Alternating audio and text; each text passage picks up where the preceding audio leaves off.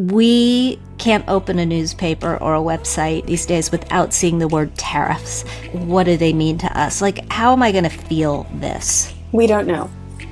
Tariffs are widely regarded as bad policy. They're economically destructive because they increase prices. The consequences of making that something more expensive are so myriad and unpredictable. And then you have the whole other problem that you just put an import tax on another country that we absolutely buy other things from and sell to. Trump's gamble here is that he is such a brilliant negotiator and the U.S. economy is large enough that we are basically inured from this type of retaliation.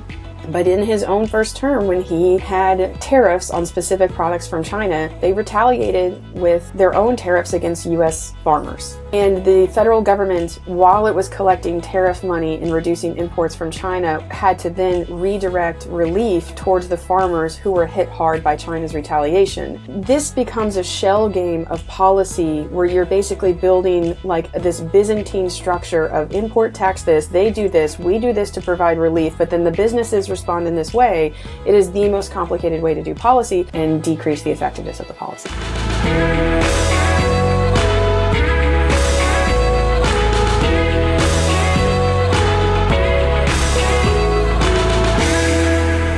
Hey everybody, thanks for joining us on HerMoney. Today I'm Jean Chatzky. It is 2025, which seems crazy to me because 2000 just does not seem like that long a time ago. And maybe that is some perspective on my age, but I got to tell you, that is just how I'm feeling. And over the holiday stretch, which, by the way, I hope you enjoyed as much as I did, I really didn't work.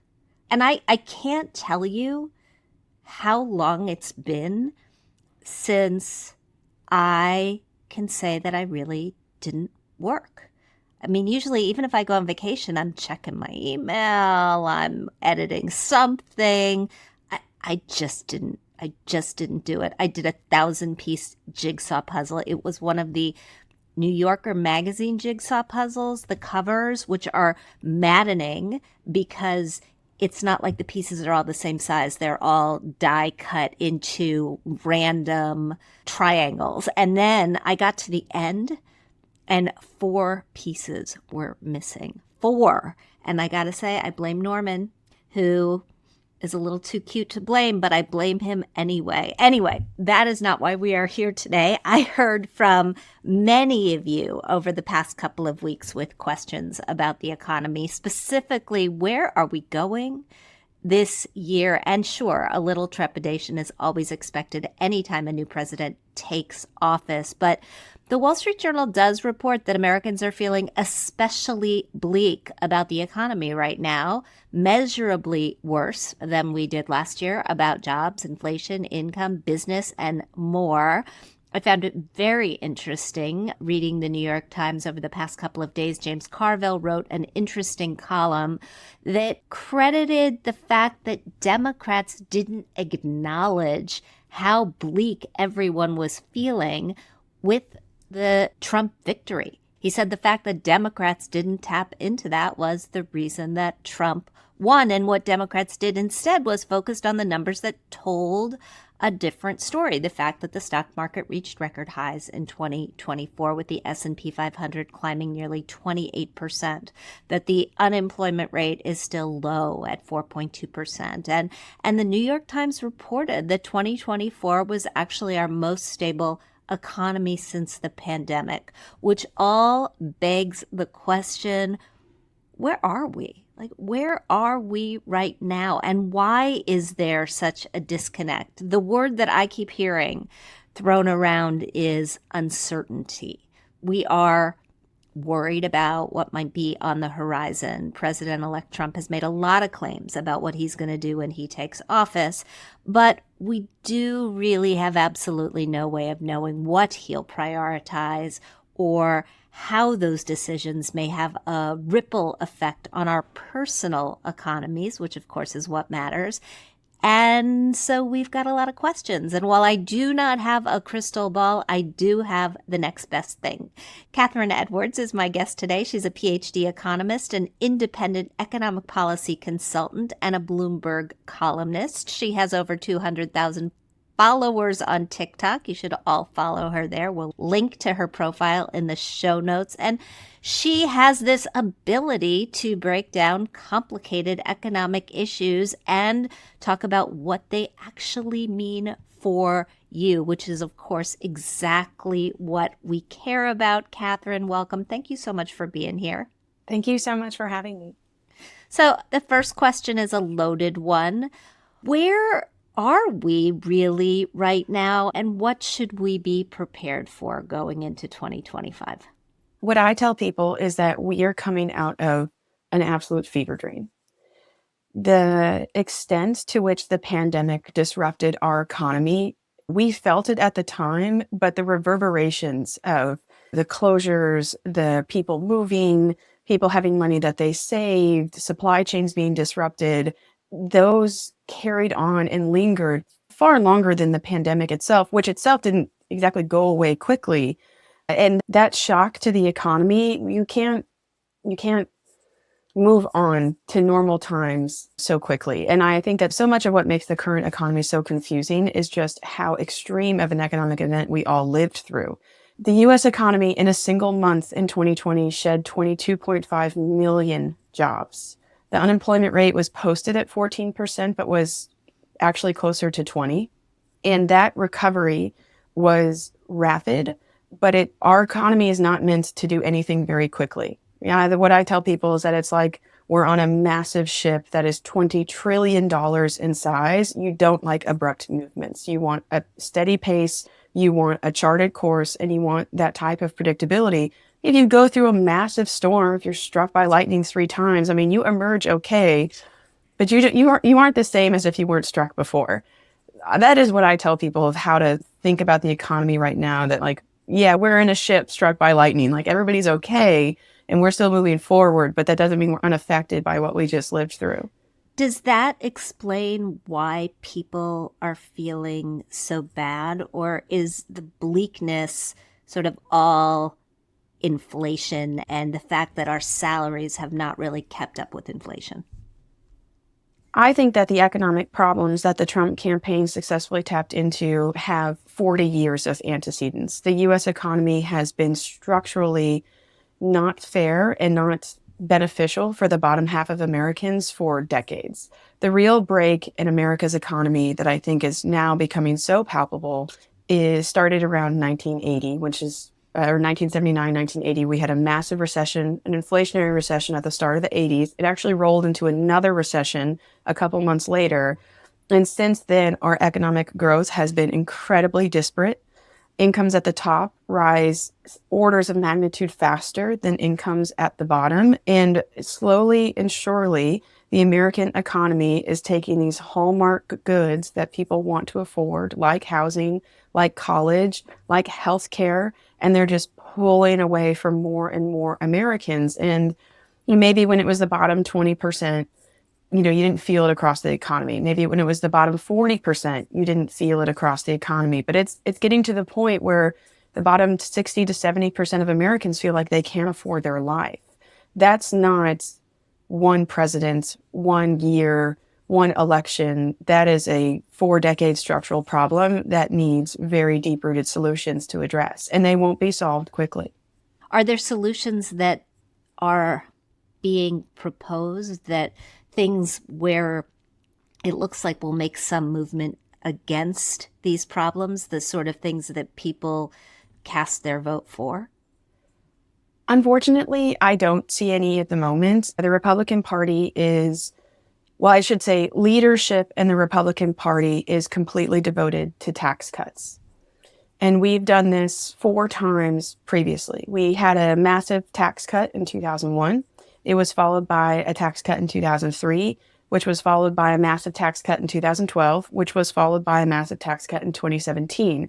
The provisions of the 2017 tax cut are about to expire. Now, Yes. Those 4 tax cuts combined cost the federal government over $8 trillion. The proposals for the 2025 extensions, which Trump has made a campaign promise, which Republicans are absolutely committed to doing, will cost north of 4 trillion, possibly 5. So I tell people, if you think you can spend $13 trillion and solve housing, that is the path forward. Unfortunately, Republicans have no appetite for anything other than tax cuts once they get into leadership. It is their number one policy, and they've done it again and again and again. And I testified in front of the House committee as a minority expert. So the Democrats invited me, the Republicans were in charge, and it was me next to 4 people. And they talked about tax cuts as if, they are the cure-all for the economy. This is everything the economy needs can come from a tax cut. And we're very upset to think that we have sunk $8 trillion into that investment, and it has solved none of the problems that voters are angry about. Healthcare isn't more affordable. Housing isn't more affordable. Childcare isn't more affordable. People don't have paid sick days. The minimum wage is $7.25 an hour. People can't afford college. They have all kinds of debts. Another tax cut is not going to solve those problems because they've had 20 years to show they're not going to solve those problems. But unfortunately, that is the number one Republican priority when they take leadership in January. So I'm always a big advocate for controlling the things that you can control, right? When we talk about the economy with a capital E and these tax cuts that are coming our way, I can't do anything about that. But maybe I can do a little something about my online shopping habit, right? Maybe I can do a little something about, about my credit score and then get some better interest rates. And so as we sort of frame the rest of this conversation on the economy, I do want to try to be a little proactive about things that we can do to help ourselves. Wall Street analysts have predicted that U.S. gross domestic product adjusted for inflation, GDP, which is basically the growth of the country, will be a little bit more than 2% next year. That's a bit of a slowdown from this year. It's not catastrophic. So is this an okay trajectory to be on? Are we looking like we're headed for a recession? Well, from my perspective, the U.S. is always headed towards a recession at some point. It's just a matter of when. We have a cyclical economy. It expands, and then it contracts in a recession. It recovers, and then it expands again. And this happens. We've had, I think, 9 recessions since World War II. So a recession is always coming. And predicting recessions and when they'll come has some motivation. So the stock market likes to predict it because they make money off of which way the economy turns either way, right? I don't call it high stakes gambling, but I don't not call it that. Policymakers try to find out if a recession is coming because they want to act to either delay it, deny it, or somehow prevent it from happening, or at least lessen the pain when it does. But for, your kind of typical American consumer in the economy, predicting the recession or thinking about a recession is really so far beyond your control. Keep your financial house in order, but you can't live in fear that your job will be lost and have that be your North Star, right? You have to live your life and be positive. What I would say is that there's always a risk that the economy will turn south. You need to know what your biggest vulnerability is. And just going through that exercise will do nothing to prevent a recession if it comes, but could make you feel better about it, because that's what's so bewitching about the economy we have. There's almost nothing that you could do to make the economy stronger, to make the economy weaker, to prevent a bad economy or good economy from affecting you. But the things that you have control over, your financial house in order, you can do that, but you can't turn back the tide when the economy is coming your way. This is why, as an economist, I always try to tell people to have empathy, that maybe there are some losers in our economy who it's not that they're lazy, it's not that they're not a hard worker or they didn't try. The economy can absolutely rip your economic livelihood from your hands when you did nothing wrong. And we tend to have very little empathy for those people. I've always thought that it's because we're afraid of admitting that we ourselves could have our economic livelihood stripped from us, right? It's easier for me to say that unemployed person is lazy. That person without a job, they didn't study hard in school. or they didn't manage their money well. Because if I studied hard and worked hard and managed my money well, does that mean something bad can happen to me? Unfortunately, yes, it can. But I think people are really reluctant to admit that and be empathetic for those less fortunate in our economy, because it would mean admitting they could become that. Oh my gosh, that's such a good point. I mean, we've talked on this show before about people who have had to take a step back from work to care for older parents and how that has been a total disaster for their own personal economy. I grew up in the magazine business. It doesn't exist anymore, at least not the way that it did, and journalists have been having to reinvent themselves for a really long time, and we've had it easier than people in so many different industries. I do think that investing, and it's something that we really advocate that women get on board with, not day trading, not what you call it, high stakes gambling, not high stakes gambling, but build a diversified portfolio, low cost, low fee, put money into it on a regular basis.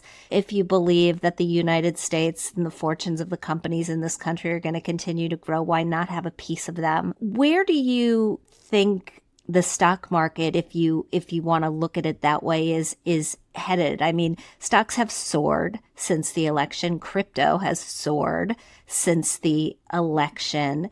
I consume a lot of media and look at CNBC and look at Yahoo Finance and look at the Wall Street Journal, and the stories are sort of 50-50. Half of people are saying, yeah, this is it, and half of people are like, yeah, we'll just keep going. What do you think for investors the sort of best way forward is, or is it just the long-term view? I think that you should never find your financial life dependent on what happens in the stock market over the next 6 months. You should have it dependent on maybe the next 20 years, but short-term exposure to the stock market being critical to how your financial life is going is just, it's not advisable. It's very precarious and risky, and you could lose. I don't know what type of investments people currently have, but general philosophy I take is the sooner I need my money, the more liquid it should be. And the longer way, the farther away, longer way, words, I don't know numbers, but the farther away the money needs to be, the more acceptable risk is. So if you find yourself in this high stakes decision about what the stock market is going to be over the next 6 months, that's when the market's won. I mean, they make money off of people making bad bets. And, if you find yourself in this position of like, it could all go south, that's an investment portfolio. That's an investment decision that does not serve anyone but the people who will ultimately make more money. And one of the reasons why I call it gambling is because it helps me to understand that the house wins and I am not going to outsmart a casino. And so I can just play it very strategically. If anyone told you I'm walking into a casino and I need to walk out with double my money, right, you're going to look at them and say like, no. That's not how casinos work. That's not why this is one of the most beautiful buildings you've ever been inside. It's because they are going to walk out with $10,000 of your money. And so that thinking of the stock market that way makes this question of will it go up and down less palpable for your own finances in the moment. I mean, I have money in the stock market, but I think of it as being like a 20-year investment in the future or a 10-year investment in the future and not right now. Yeah, absolutely. We are exactly in the same place as far as that recommendation goes. We can't open a newspaper or a news website these days without seeing the word tariffs. So, are they coming? What are they coming on? What do they mean to us? How am I going to feel this? We don't know. Tariffs are widely regarded as bad policy for two reasons. One, they're economically destructive because they increase prices. So it's a policy that increases prices as we're still trying to quell this inflation spike that we lived through after the pandemic. The second reason why they're widely disregarded is that they're very hard to control the consequences of. So you could have your 2D version of the world. I put a tariff on something. It's an import tax. Whenever you see tariff, substitute it with import tax. So you put an import tax on something, it makes that something more expensive. The consequences of making that something more expensive are so myriad and unpredictable. It's one of the reasons why economists hate it. For one thing, it can lead to opportunism in pricing. So there was a tariff in Trump's first term on washing machines, not dryers. Economists studied, did this tariff on imported washing machines lead to domestic production of washing machines? And what they found out is that it did marginally, but the kind of bigger cost problem was that it increased the price of dryers, which were not affected by the tariffs. But, I sell a washer and dryer. I almost always sell them as a pair. And if the price of one is going up because of an import tax, I can raise the price of the other because people expect them to be sold together. That type of opportunism is virtually impossible to map or predict amongst U.S. sellers. And then you have the whole other problem that you just put an import tax on another country that we absolutely buy other things from and sell to. So how they react is the real $1 million question, $1 billion question of what is a country going to do if we have promised them through various pieces of legislation and treaties that we will not tax your goods, that we just decide to tax their goods. They going to be cool with it? I don't think so. I mean, Trump's gamble here is that he is such a brilliant negotiator and the U.S. economy is large enough that we are basically inured from this type of retaliation. But in his own first term, when he had tariffs on specific products from China, they retaliated with their own tariffs against U.S. farmers. And the federal government, while it was collecting tariff money and reducing imports from China, had to then redirect relief towards the farmers who were hit hard by China's retaliation. This becomes a shell game of policy where you're basically building this Byzantine structure of import tax this, they do this, we do this to provide relief, but then the businesses respond in this way. It is the most complicated way to do policy. This is one reason why economists dislike it in general, is that it adds bureaucratic layers to our economy that people take advantage of or people have a hard time understanding and decrease the effectiveness of the policy.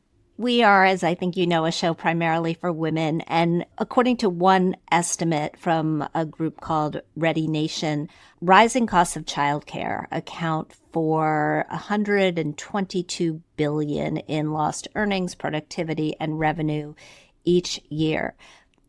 President-elect Trump has said he can fix this with tariffs. The tariffs can fix the childcare crisis.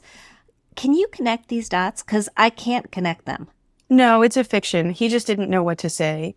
So he was asked a question at a kind of press event about childcare. He didn't have an answer, and so he just brought it back to tariffs. But they're not connected at all.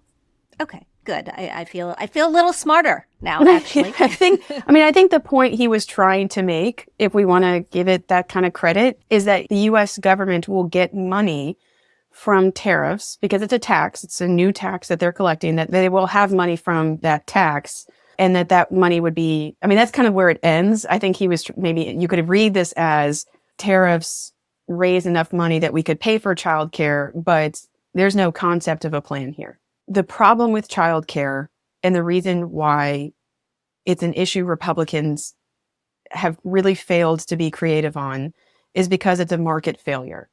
And their kind of philosophy is to pursue things through markets and to rely on the markets, have markets allocate goods and services, have markets do this. This is the same reason why they don't have a healthcare plan. And we are now entering, I think this is year 14 of not having a healthcare plan, because this is not their strong suit.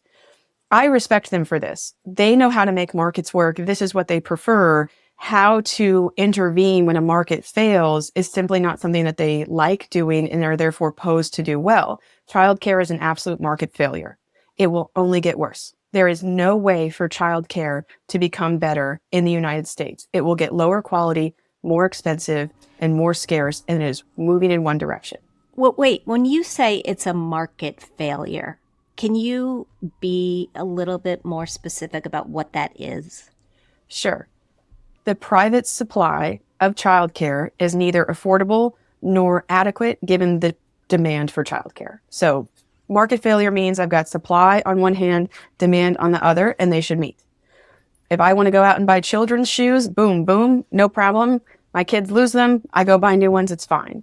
If I want to go out and buy a car, lots of options, lots of buyers, you have a price that meets. If I want to go out and buy childcare, completely different story. I only have limited options in my neighborhood, limited options in my city, and it's priced well above what I can afford. And so these don't meet. Now, markets don't collapse in totality. We have a $20 trillion size economy. What really is happening is that the scarcity of supply of the private sector of childcare is meeting a demand that is far greater than what it's supplying. And so what you have is the top of the market is clearing, but not the bottom. Right? So if I make less than $50,000 a year, I'm not buying childcare because childcare is too expensive. If I make $300,000 a year, I'm buying childcare because I can still afford it. I have enough wages to do so. So the way that this market failure is kind of developing and progressing over time is that childcare, you can imagine that in 1955, maybe 80% of people could afford childcare, and every year it just gets lower and lower and lower. And people who can't afford the private supply of childcare go through kind of informal, often non-fully paid services through friends and family, or sometimes they get a subsidy from the government. So when we went through the pandemic, what we had was a series of market failures when the supply chain basically shut down. Yes. And then in the pandemic, the childcare industry almost collapsed. And the government sent an incredible amount of money to prevent that from happening. They were very liberal about it. They gave the money to state governments and said, fix childcare in your state. Don't let it collapse in your state. State governments loved this money. They got to basically go in and they could pay people more money. They could establish more slots. They could help people build centers. They were given this really big slush fund to prop up childcare in whatever need they needed it most. And then the money ran out and they didn't renew it. I testified in front of the Senate right as the first big expiration of childcare funds came in. And the prediction at the time was we were going to lose millions of slots and women were going to drop out of the labor force. Which is exactly what happened. And it didn't look like it at first because the labor market was so hot that people were being drawn into the labor force. But actually, the Joint Economic Committee research staff just published a study that found if you look at women's labor force participation and divide it by women who have a kid under 6 versus not, that all women are increasing, but that group is starting to fall. And it happens like the childcare money got cut off, the industry had to start rationing again, and now we're seeing those women leave the labor force. So we're losing a worker. Losing a worker reduces the size of the economy. Boy, we could do a whole show on that too. We spent a lot of time on the macro today, and in our last couple of minutes, I just want to bring things back to our personal economies. If uncertainty is the word on the street right now, if people are still feeling bleak or just cautious, how would you suggest that we manage our money, that we manage our lives going into 2025 to shore up our own economies? Well, the best principles are the ones that you don't need to abandon when circumstances change. So stay true to that and keep your north of financial security your north. For me, the most startling and upsetting statistic that came from exit polls of the 2024 election were the overwhelming majority of Americans who felt America's best economic era was behind us. That is categorically not true. It is so absolutely and categorically not true. I cannot stress enough that the best is yet to come because we don't have paid sick days in our economy. We don't have paid family leave. Our minimum wage is $7.25 an hour. The idea that there was like an economy in the 50s that was better than the one now or better than one in the future when we've done almost nothing to protect workers. We've pursued no kind of pro-worker policy in the US. It's absurd. The best economic era is the one that we are going to build. And what I stress to you and to your listeners is to stay positive because the bleakness, the negativity, people take advantage of that. And they say, see, wasn't it better in the past? Shouldn't we march backward? Shouldn't maybe women stay home so they don't take the job of a man and embrace that? Shouldn't we just build everything and manufacture it here? There is no solution from the past. It has to come from the future. We have to build the future together. And we can't do that if people think that we should be marching backwards. So look forward, be optimistic, believe that the economy can be better, and then you will demand it from your elected officials. Right now, all we're demanding from our elected officials is the right to be mad about how hard things are right now. There's nothing coming that's going to help them unless you feel like it's possible. And then we can manifest this as a country once we think it's actually within our grasp. Kathryn Edwards, I hope that you'll come back. I really enjoyed this. I learned a lot from you. And if you ever want to run for office, I will vote for you. Okay. Sounds good. Bye. All right. I love this country. I think we have the most remarkable country, society, economy, people in the world. And it makes me upset to see people be so down on it. I am here to be positive. And we're America. We're going to crush this. We're going to build so many great things. Happy 2025. We will link to all of your socials in our show notes. I hope we get to talk again. Thank you so much for having me. Thanks.